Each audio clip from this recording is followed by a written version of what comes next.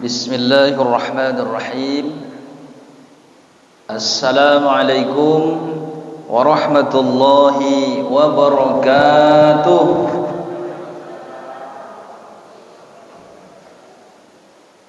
Alhamdulillahi rabbil alamin. Wa bihi nasta'inu ala umurid dunya waddin. Wassalatu wassalamu ala asrafil anbiya wal mursalin wa ala alihi wa sahbihi ajma'in. Amma ba'du. Yang saya hormati pengurus masjid serta jajarannya, tokoh masyarakat, alim ulama, cerdik pandai, bapak-bapak, ibu-ibu, hadirin hadirat, shaimin shaimat sidang subuh yang dirahmati Allah Subhanahu wa taala. Puji syukur alhamdulillah kita persembahkan kepada Allah Subhanahu wa taala. Mudah-mudahan dengan memperbanyak syukur Allah tambahkan rahmat, nikmat kepada kita semua. Amin ya rabbal alamin. Kemudian selawat beriring salam kita hadiahkan buat junjungan alam kepada baginda Rasulullah sallallahu alaihi wasallam dengan mengucapkan Allahumma salli wa sallim ala sayyidina Muhammad wa ala ali sayyidina Muhammad. Bapak-bapak, ibu-ibu, shaimin shaimat rahimakumullah. Pada kesempatan ini saya akan membahas berkaitan dengan hal yang masih dilarang di dalam Islam. Hal yang dilarang di dalam Islam termasuk yaitu menikah beda agama. Di Indonesia ini ada enggak yang menikah beda agama? Banyak. Na'udzubillah, summa na'udzubillah min zalik. Astaghfirullahal azim. Menikah beda agama itu adalah hal yang dilarang di dalam Islam, karena ada larangannya. Di dalam Al-Quran jelas dilarang menikahi kaum muslimin, muslim menikah dengan musyrik. Musyrik itu termasuk orang yang beda agama. Dilarang menikah di dalam Islam, termasuk orang kafir, ya, orang musyrik, itu dilarang. Adapun ahli kitab, ada pada masa Rasulullah menikah kepada ahli kitab. Laki-laki menikahi perempuan ahli kitab. Siapa ahli kitab itu? Ahli kitab itu adalah orang yang berakidahkan tauhid, tapi syariatnya beda. Dia masih menggunakan syariat Nabi Isa, Injil. Tetapi Tuhannya Allah Subhanahu wa taala. Itu di masa Rasulullah, tidak sampai sekarang, udah nggak ada lagi menikah beda agama itu. Udah nggak dibenarkan lagi. Kenapa? Masa Nabi Injil sampai datang Nabi Muhammad, udah selesai, tutup buku. Tutup buku kitab Injil, udah nggak berlaku lagi. Sudah tidak berlaku lagi. Kenapa? Masa Nabi sudah habis. Jadi kalau sekarang kita mesti seluruh dunia itu mengikut kepada syariatnya Nabi Muhammad sallallahu alaihi wasallam. Karena dari zaman dahulu itu tauhidnya, agama Islam itu dulunya disebut dengan agama tauhid, mengesahkan Allah. Sampai ke Nabi Isa juga mengesahkan Allah, sampai ke Nabi Muhammad SAW juga mengesahkan Allah. Cuman syariatnya berbeda-beda. Ada kitab Taurat, Zabur, Injil. Nah sekarang kita yang terakhir Al-Quran. Dan Tuhannya tetap sama, Allah Subhanahu wa taala. Agama samawi dulu, Tuhannya sama, tapi syariat aturannya yang berbeda. Nah sekarang sudah sampai di masa Nabi Muhammad SAW, maka masa Nabi yang lain, kitab yang lain itu sudah tidak berlaku lagi. Syariat yang lalu itu sudah tidak berlaku lagi. Syariat Nabi Musa nikah sampai 2 istri adik-beradik masih boleh. Betul? 2 istrinya adik-beradik perempuan masa Nabi Musa boleh. Kalau sekarang haram, tidak boleh. Kenapa? Ada larangannya dalam Al-Quran. Ada diatur menikah itu. Menikahi ibu nggak boleh, menikahi adik perempuan tak boleh, menikahi apalagi mertua nggak boleh, mertua menikahi menantu tak boleh. Ada aturannya. Menikah beda agama haram hukumnya, tidak sah nikahnya, kemudian ia dianggap zina selama-lamanya. Makanya Bapak Ibu kalau datang laki-laki ingin melamar anak ibu, Bapak Ibu lihat dulu agamanya. Jangan dilihat mentang-mentang dia orang datangnya pakai mobil Pajero, udah itu besoknya datang lagi pakai mobil Fortuner, ya kan? Ibu dan bapaknya udah senangnya luar biasa. Ini cocok sekali nih nak, untukmu nak, cocok nak. Kenapa? Yang datang pakai mobil mewah lagi. Padahal belum tahu statusnya apa, agamanya apa, bagaimana kesolehannya. Habis itu pertama datang untuk kenalan aja dulu. Setelah itu datang lagi, Pak, Bu, permisi Pak. Kenapa? Saya mau ngajak anak Bapak. Enggak boleh, kamu belum sah. Sebentar aja Pak. Mau kemana? Mau jalan-jalan. Sebentar.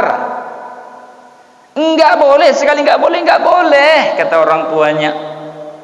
Bentarlah Pak, nanti saya kasih hadiah surprise, hadiah jam. Boleh. Bawalah.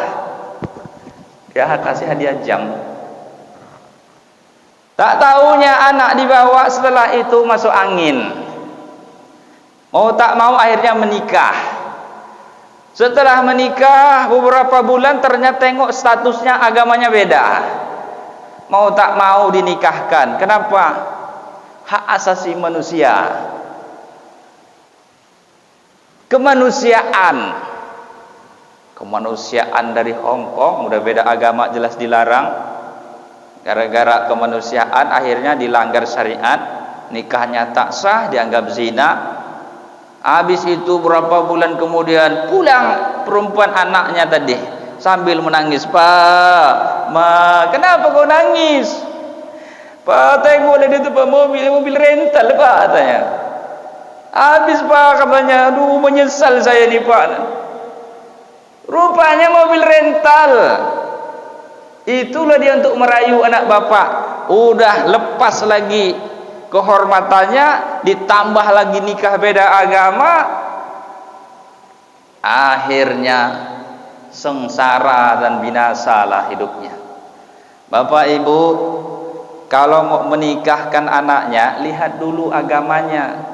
Mengapa? Karena syariat Islam sangat penting. Rasulullah katakan, tungkahu ala nisa li arba'. Nikahi oleh kalian yaitu karena 4. Wali jamaliha, karena kecantikannya, wali sabiha, karena keturunannya. Kemudian wali kecantikan keturunan. Kemudian lihat dari harta. Kemudian yang keempat, walid dinuha, lihat karena agamanya. Taribat syadak fasfar bizatid din.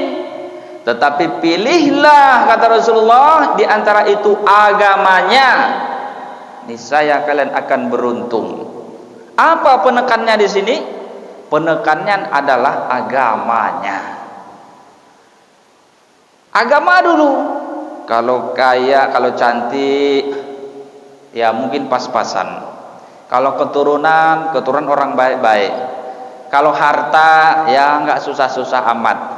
Ditengok agamanya, soleh. Maka pilihlah karena agamanya, niscaya kalian akan beruntung. Dalam hadis yang lain, barang siapa menikah karena hartanya, maka nanti dia akan diberikan kefakiran. Karena yang menikah dia akan mengharapkan hartanya. Hati-hati Bapak Ibu. Jangan menikahkan anak hanya karena kekayaan atau hartanya, bahkan karena ketampanannya. Dalam Islam diatur nikah itu karena agamanya. Itu yang paling utama. Niscaya akan beruntung. Kalau harta bisa dicari, kalau tampan bisa dipoles. Betul Pak, Bu? Perempuan jelek pun kalau udah dipoles nampaknya iya juga, mantap. Tapi kalau tak dipoles, aduh bentuknya macam apa. Tapi kalau dipoles, ada cerita. Nampak tuh. Maka kita ini semuanya ini nampak tampang tuh kamuflase aja itu. Itu hanya casing aja itu. Betul. Casing aja. Yang penting tuh apa? Hati, akidah, agama, iman. Itu dia Pak Bu yang penting itu. Kalau masalah casing itu itu nomor sekian, ibarat kita ini pakai bajunya aja casing itu. Tapi intinya hati, iman, akidah dan kesolehannya. Nah, itulah yang diharapkan di dalam Islam itu. Jadi menikah beda agama adalah hukumnya haram. Sudah haram, tidak sah lagi nikahnya. Kenapa? Rukun nikahnya jelas. Rukun nikah itu harus satu akidah. Kemudian yang pertama yaitu mempelai laki-laki dan perempuan. Harus satu akidah dulu. Karena ada larangan menikah beda agama. Ada mempelai laki-laki, ada mempelai perempuan. Kemudian wali. Wali ini bisa orang tua ayah. Kalau nggak ada ayah bisa abang laki-laki, adik laki-laki atau paman. Ini walinya nih Itu kalau tak ada, itu bisa bergantian tuh. Mana yang ada di antara wali itu? Itu wali. Kemudian yang keempat, mempelai laki-laki, mempelai perempuan, wali. Kemudian ijab qabul. Kemudian di situ harus disertakan mahar. Kemudian 2 orang saksi. Minimal. Mempelai laki-laki, mempelai perempuan, wali, 2 orang saksi, kemudian ijab kabul. Yang kelima, di situ disertakan dengan mahar. Harus ada mahar, walaupun hanya sebuah cincin dari cincin mentasi. Boleh. Jangan cincin mentasi. Dulu Ali mau menikah itu pakai cincin tempurung kurma. Mau menikah tuh boleh, walaupun dibuat hanya dari tempurung dari kurma buat cincin. Kalau mahar tuh, tapi mesti ada, walaupun kecil. Di Indonesia ini enggak mesti harus cincin dari tempurung. Sandal jepit pun ada, boleh. Saya nikahkan dengan mas kawinnya sandal jepit, sah. Sandal jepit Pak, Bu, ada Bu, ada. Artinya apa? Ya sekecil apapun mesti harus ada mahar. Tapi syaratnya adalah harus satu akidah. Jadi ini hal yang dilarang kalau kita menikah beda agama. Hati-hati Bapak Ibu. Hati-hati sekali. Ini sering terjadi ketika seorang laki-laki datang, dia mau menikah, dia beda agama. Tapi dia dengan apanya? Dia beda agama, dia mau masuk Islam. Setelah menikah, tidak lama kemudian punya anak, pulang ke kampung, dibawanya lagi murtad. Si anak perempuan yang muslim tadi dibawa pulang kampung. Habis itu, kamu mau tetap sama saya? Kalau mau tetap sama saya, kamu harus pindah agama ke saya. Begitu dipaksanya karena perempuannya sudah cinta membabi buta. Ya Bu, kalau cinta sudah melekat, tai lincung rasanya coklat katanya. Padahal ini harus mengambil sikap yang tegas. Apa sikap yang tegas perempuan tadi? Kalau sudah seperti itu laki-laki, karena dari awal nggak tahu, tertipu lah bahasanya begitu ya, tertipu. Dia ternyata menikah, masuk Islam itu hanya karena menikah, habis itu malah dibawanya lagi murtad. Sudah bawa kampung, akhirnya dia dibawanya lagi murtad. Maka sikap perempuan harus rela cerai dengan laki-laki itu. Ya Pak, ya Bu, cerai, udah pisah. Terserah bagaimana prosesnya cerai. Ini masalah akidah Pak Bu, penting. Jangan sampai nanti di akhirat kita nanti menyesal. Gara-gara apa? Gara-gara kita tetap bertahanlah menjadi seorang istri walaupun dibawanya murtad oleh dia. Cerai Pak Bu, nggak apa-apa. Kenapa? Ini masalah akidah. Nggak main-main ini. Neraka selama-lamanya nanti. Innalladzina kafaru min ahlil kitabi wal musyrikina fi nari jahannam khalidina fiha ulaika hum syarrul bariyah. Begitu kata ayatnya. Sesungguhnya orang-orang kafir, orang-orang musyrik, ahli kitab, ya kan, dia adalah tempatnya neraka dan dia kekal di dalamnya selama-lamanya, dan itulah tempat yang seburuk-buruknya. Orang kafir, orang musyrik, ahli kitab, neraka Pak Bu, tidak ada cerita. Oh nanti ujung-ujungnya masuk Islam. Mana ada ujung-ujungnya masuk Islam? Seluruh manusia katanya, baik muslim baik pun tak muslim, nanti setelah di hari kiamat kebangkitan, setelah di neraka, ujung-ujungnya semua masuk surga. Ini pendapat sesat, menyesatkan lagi. Semua agama sama, sesat, tidak sama. Beda syariatnya, Tuhannya beda. Mana ada sama? Kalau sama Tuhannya berarti Tuhannya bervariasi, tidak sama. Jadi kalau sudah begitu, syaratnya itu mutlak untuk kita memperoleh surga itu, walaupun orangnya banyak dosa, syaratnya satu, tauhid, Tuhannya Allah, yakin kepada Allah walaupun dia melakukan dosa besar, kecuali dosa syirik, sampai mati dia tak bertobat, baru tak diampuni oleh Allah. Tapi kalau dia mau bertobat, orang melakukan dosa syirik, insya Allah diampuni oleh Allah. Tapi kalau selain itu tadi, beda agama lain akidah, kekal selama-lamanya di dalam neraka. Itulah Bapak Ibu, pentingnya kita harus memilih akidah yang sama. Bapak Ibu jemaah yang dimuliakan Allah Subhanahu wa taala. Inilah antisipasi untuk kita, jangan sampai terjadi lagi. Saya tengok dunia ini, di Indonesia ini udah banyak, bahkan ada yang mengatakan ribuan. Kenapa? Inilah kita nggak ngerti nih Ini masalah akidah, masalah akhirat. Hidup kita ini sebentar Bapak Ibu, tidak lama. Jadi nanti mati itulah yang menentukan agama kita nih Kalau lain daripada agama Islam, tidak ada cerita kekal dalam neraka, tidak akan ada nanti ujung-ujung masuk surga, tidak ada. Allah nggak pernah ingkar janji dalam Al-Quran. Jadi kalau ada berpendapat ujung-ujung manusia itu nanti masuk surga, itu pendapat yang keliru, pendapat yang sesat, menyesatkan. Semua agama sama, itu pendapat yang sesat, menyesatkan. Tidak ada itu. Kita harus tahankan akidah. Jangan anak kita nanti lepas gara-gara orang kaya, ya kan, habis dinikahkan, tidak peduli lagi masalah agama, sengsara di akhirat nanti. Jangan mikir di dunia aja. Dunia memang kayalah dia, okelah dia, tapi masalah agama tidak ada tawar menawar. Kalau dia tadinya musyrik, dia pura-pura masuk Islam, tolak laki-laki itu, tolak. Kenapa? Karena di dalam Al-Quran, dalam hadis juga demikian. Kalau ada laki-laki itu dia musyrik, kemudian dia ingin menikah, dia pura-pura masuk Islam, tak boleh, tidak boleh juga dia.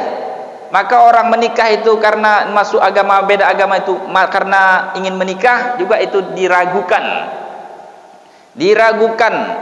Lebih baik jangan. Kenapa? Sudah banyak terjadi Pak Bu, dibawanya murtad, sudah banyak terjadi di Indonesia ini. Itu dengar ke telinga saya. Jangan sampai. Jadi kalau mau mencari, carikanlah yang akidahnya sama untuk anak kita yang perempuan. Tidak boleh kita beda agama. Nah, kecuali laki-laki ini muslim ingin menikahi perempuan yang musyrik, dia masuk Islam, itu masih boleh lah, masih boleh dalam hadisnya, dalam syariatnya. Kita ini muslim dapat orang perempuannya, dia rupanya orang non muslim, kemudian dia mau masuk agama kita, kita laki-laki ini muslim, boleh. Tapi dibalik daripada itu, laki-laki musyrik, kafir, ingin menikah dengan perempuan muslimah, kemudian dia masuk Islam. Hati-hati Bapak Ibu, udah banyak kasus. Hati-hati, tidak boleh. Tahan dulu, biarkan dulu, sekuatkan akidah dia dulu, belajari agama dulu, dalami agama dulu. Sudah betul-betul dia mantap, udah lama, nah baru boleh. Udah lama tapi syaratnya, sudah lama, udah kuat agamanya, udah bagus, tapi ini belum apa-apa dia masuk Islam. Ya saya murtad lah, masuk Islam lah katanya. Habis itu nikah, nah, setelah itu baru nanti menyesal anak ibu, nanti pulang kampung dibawanya murtad lagi. Nauzubillah, ini enggak sekali dua kali dengar ke telinga saya ini Pak Bu, sering. Hati-hati. Untuk itu mari kita jauhi larangan Allah Subhanahu wa taala menikah beda agama. Mungkin itu saja yang dapat saya sampaikan. Allahumma muwaffiq ila thoriq, syukur nafsi taqwallah. Subhanakallahumma wa bihamdika asyhadu an la ilaha illa anta astaghfiruka wa atubu ilaik. Billahi taufiq wal hidayah wa ridha wal inayah. Wassalamualaikum warahmatullahi wabarakatuh.